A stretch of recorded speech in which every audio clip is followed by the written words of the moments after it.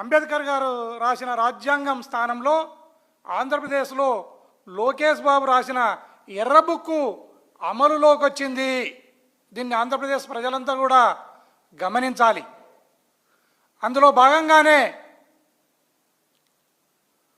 नाम देखा तो बुढ़ा है, उसका क्रिमिनल हिस्ट्री देखा तो बहुत बड़ा है. పేరేమో బుడ్డా, ఆయన క్రిమినల్ చరిత్ర బడా. ఆ బుడ్డా రాజశేఖర రెడ్డి మొన్న శ్రీశైలం ఒక పవిత్రమైన, యావత్ దక్షిణ భారతదేశంలోనే ఒక పవిత్రమైన దేవస్థానము. ఆ దేవస్థానంలో తాగి తందన్నలాడేదే కాకుండా ఆయన అటవీ అధికారులను అడ్డగించడమే కాకుండా వారి జీపును లాక్కుని, వారి జీపులో ఈయననే స్వయంగా డ్రైవింగ్ చేస్తూ బాగా తాగడము, పైపెక్కే వరకు తాగడము, తాగిన తర్వాత అటవీ అధికారులను తన్నడము. అట్లా తంతూ కొడుతూ అడవంతా 3-4 వరకు, దాదాపు తెల్లగయ్యే వరకు వీళ్ళను అటవీ అధికారులను తంతూ కొడుతూ వాళ్ళ జీపును లాక్కుని, వారి దగ్గర ఉన్న వాకీటాకీలను కూడా లాక్కుని, వారి దగ్గర ఉన్న ఎక్విప్మెంట్ను కూడా లాక్కుని విచక్షణారహితంగా ఒక జనసేన అతను ఇతను ఇద్దరు కలిసి ఇష్టానుసారంగా కొట్టడం అనేది యావత్ ఆంధ్రప్రదేశ్లోనే ఒక సంచలనంగా మారిన ఘటన. అయ్యా పవన్ కళ్యాణ్, ఈ శాఖకు, అటవీ శాఖకు నువ్వే మంత్రివి. జీపు మీద కాదు అతను కూర్చున్నది, నీ భుజాల మీద అనేది నీ మైండ్లో పెట్టుకో. మొన్నొచ్చి అటవీ అధికారులు నీకు రిప్రజెంట్ చేస్తూ ఉంటే నువ్వు తల ఎత్తి పైకి కూడా చూడలేని పరిస్థితి, నీది దిక్కుమాలిన స్థితిలో నువ్వు ఉన్నావు. తల వంచుకొని వింటూ ఉన్నావు. తలను పైకెత్తి కూడా వినే దమ్ము, ధైర్యం, ఒక కంప్లైంట్ను బుడ్డా రాజశేఖర రెడ్డి పైన అటవీ అధికారులు ఇస్తున్న కంప్లైంట్ను తల ఎత్తి నిటారుగా నిలబడి వినే దమ్ము, ధైర్యం కూడా లేక తల వంచుకొని నువ్వు వింటున్నావు. అది సిగ్గుచేటు. యావత్ మీ మంత్రివర్గానికి, మీ కూటమి ప్రభుత్వానికే అది ఒక సిగ్గుచేటుగా మనం భావించవచ్చు. ఈ రాష్ట్రంలో పోలీస్ వ్యవస్థ ముఖ్యంగా నిర్వీర్యం కావడంతోనే ఇలాంటి ఘటనలు జరుగుతూ ఉన్నాయి. ఈరోజు ప్రతిభావంతులైన పోలీస్ ఆఫీసర్లనంతా వీఆర్లోకి పంపుతున్నారు, సస్పెండ్ చేస్తున్నారు, కొందరు ఆఫీసర్లను జైల్లోకి పంపిస్తున్నారు. ఇదల్లా ఎందుకు వచ్చిన బాధ అని కొందరు ఈ రాష్ట్రం వదిలి ఐపీఎస్ ఆఫీసర్లు వేరే రాష్ట్రాలకు బదిలీ పైన వెళ్ళడానికి సిద్ధమైనారు. అదే కాకుండా కొంతమంది అధికారులు రాజీనామా, ఈ ప్రభుత్వం పెట్టే హింసను ఈ ప్రభుత్వం రాసి రంపాన పెడతా ఉంటే తట్టుకోలేక రాజీనామా చేసి పోతా ఉన్నారు. ఈ బాధలన్నీ భరించలేక ఎప్పుడు కూడా ఆంధ్రప్రదేశ్ చరిత్రలోనే లేని విధంగా ఈ ప్రభుత్వాన్ని ధిక్కరించే స్థాయికి పోలీస్ వ్యవస్థ వచ్చింది అంటే ఇంతకంటే నీచం ఇంకే ఏమైనా ఉందా అని ఈ సందర్భంగా నేను ఈ రాష్ట్ర ప్రభుత్వాన్ని ప్రశ్నిస్తున్నాను. ఈ రోజుకు 4 సరెండర్లు రావాలి పోలీసులకు, 4-5 అడిషనల్ సరెండర్లు రావాలి, టీఏ రావాలి, డిఏ రావాలి. ఇవన్నీ ఏమీ కూడా ఇవ్వకుండా అసాంఘిక శక్తుల పట్ల ఒక హంటింగ్ టైగర్ లాగా ఉండాల్సిన పోలీస్ వ్యవస్థను చంద్రబాబు నాయుడు ఒక సర్కస్ పులులలాగా ఆయన తయారు చేసినారు. అదే కాకుండా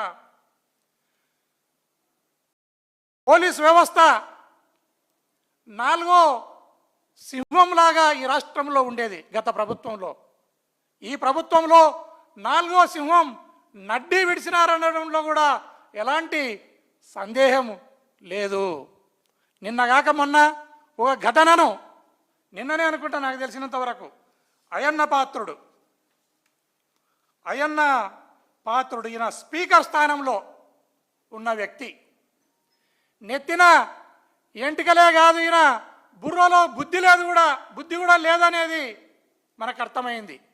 నెత్తిన ఎంటికలు లేవు, బుర్రలో బుద్ధి లేని అరగుండు అయ్యన్న పాత్రునికి ఈ సందర్భంగా నేను తెలియజేస్తున్నాను, అయ్యా పోలీస్ వ్యవస్థ నిర్వీర్యమైపోతే, పోలీస్ వ్యవస్థ సచ్చుబడిపోతే ఈ రాష్ట్రంలో, ఈ రాష్ట్ర అభివృద్ధికి, ఈ రాష్ట్ర సంక్షేమానికి అది పెద్ద ఆటంకంగా మారుతుంది.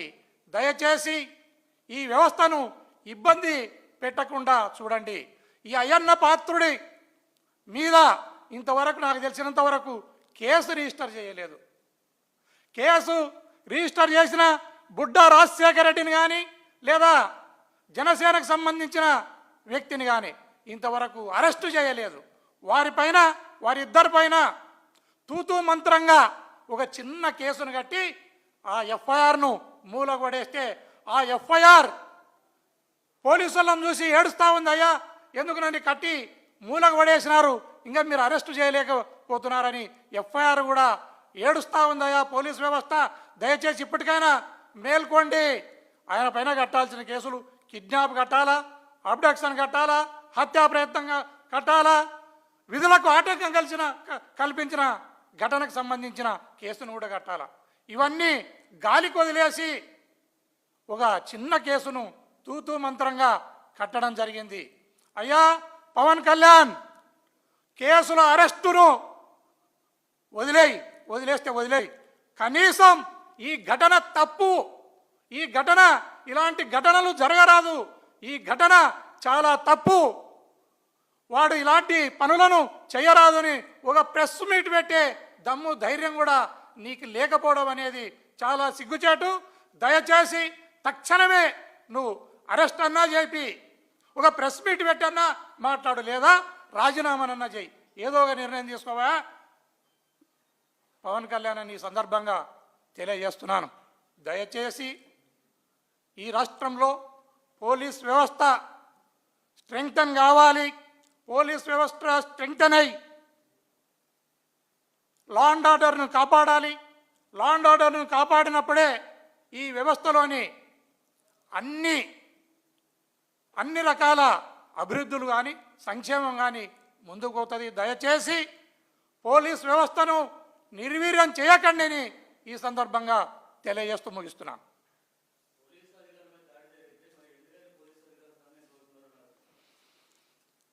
చాలా దురదృష్టకరం. మీరు చాలా మంచి ప్రశ్ననే అడిగినారు.